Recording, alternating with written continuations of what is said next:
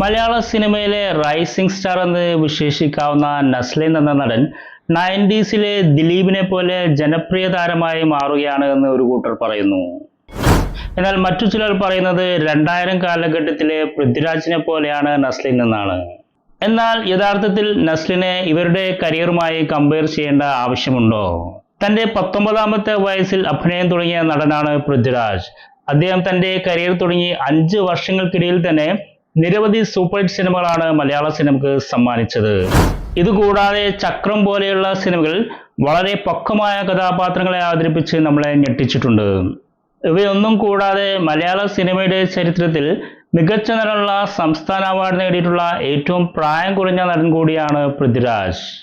തൻ്റെ 22ാമത്തെ വയസ്സിലാണ് അദ്ദേഹത്തിന് വാസ്തവം എന്ന സിനിമയിലൂടെ മികച്ച നടനുള്ള സംസ്ഥാന അവാർഡ് ആദ്യമായി ലഭിക്കുന്നത്.